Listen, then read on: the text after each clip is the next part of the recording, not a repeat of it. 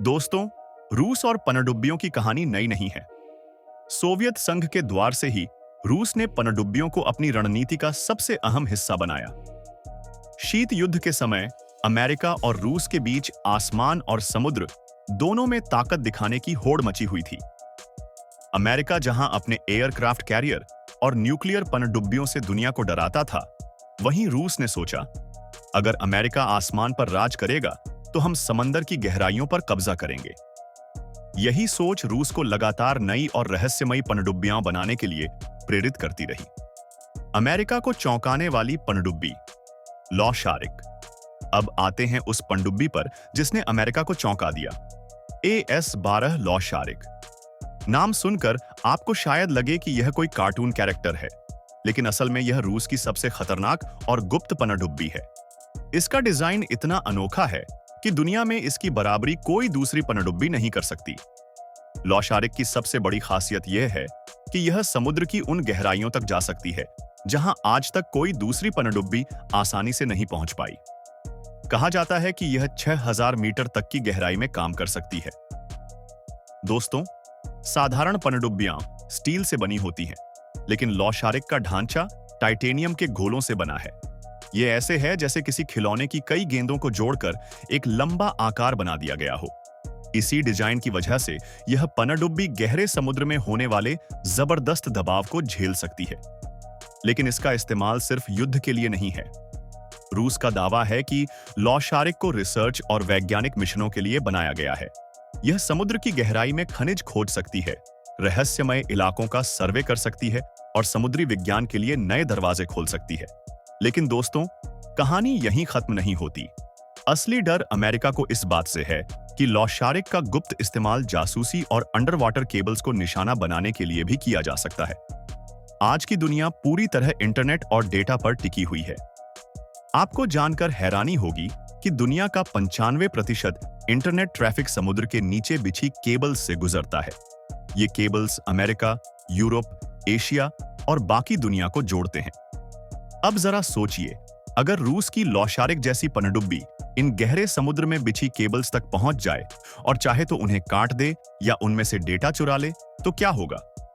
पूरा इंटरनेट ठप पड़ सकता है, देशों की कम्युनिकेशन व्यवस्था ध्वस्त हो सकती है और दुश्मन की जासूसी आसान हो जाएगी। यही वजह है कि अमेरिका बार-बार लॉ शारिक को लेकर डर व्यक्त करता है। 2019 में इस पनडुब्बी से जुड़ा एक हादसा हुआ। बताया जाता है कि मिशन के दौरान इसमें आग लग गई थी और रूस के 14 टॉप नेवी ऑफिसर्स की मौत हो गई थी। लेकिन रूस ने इस घटना की पूरी जानकारी कभी सामने नहीं रखी। आखिर वह मिशन क्या था? लॉ शारिक कहां काम कर रही थी? ये सवाल आज भी अनुत्तरित हैं।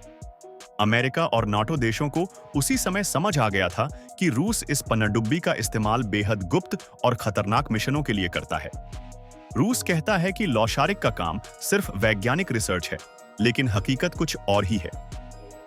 विशेषज्ञों का मानना है कि यह पनडुब्बी रूस की मिलिट्री रिसर्च हाइब्रिड स्ट्रेटजी का हिस्सा है। यानी ऊपर से यह रिसर्च पनडुब्बी दिखती है, लेकिन असल में इसका मकसद जासूसी और सैन्य ताकत दिखाना है। आर्कटिक में रूस का प्लान एक और दिलचस्प बात है। आर्कटिक क्षेत्र यानी उत्तरी ध्रुव के नीचे तेल और गैस के भंडार छुपे हैं।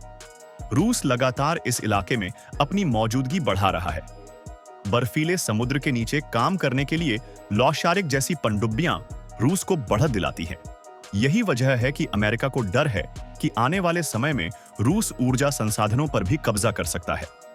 नॉर्वे और ब्रिटेन जैसे नाटो देशों ने कई बार रिपोर्ट दी है कि रूस की पनडुब्बियां अटलांटिक महासागर में उन जगहों पर दिखाई दी हैं जहां से अमेरिका और यूरोप की सबमरीन केबल्स गुजरती हैं।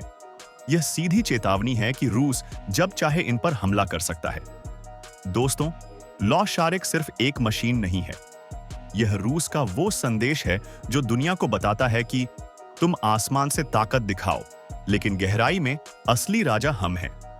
अमेरिका चाहे कितनी भी बड़ी नौसेना और एयरक्राफ्ट कैरियर बना ले, लेकिन लॉ शारिक जैसी पनडुब्बी उसकी सबसे बड़ी कमजोरी को उजागर करती है।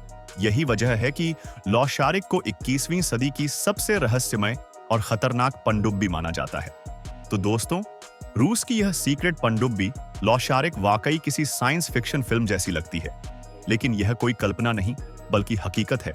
गहराई में छुपी यह खामोश ताकत अमेरिका और बाकी दुनिया को यह सोचने पर मजबूर कर रही है कि असली खेल ऊपर आसमान में नहीं, बल्कि नीचे पानी की गहराइयों में छुपा है। अगर आपको यह कहानी दिलचस्प लगी हो तो वीडियो को लाइक करें, अपने दोस्तों के साथ शेयर करें और हमारे चैनल को सब्सक्राइब करना बिल्कुल मत भूलिए।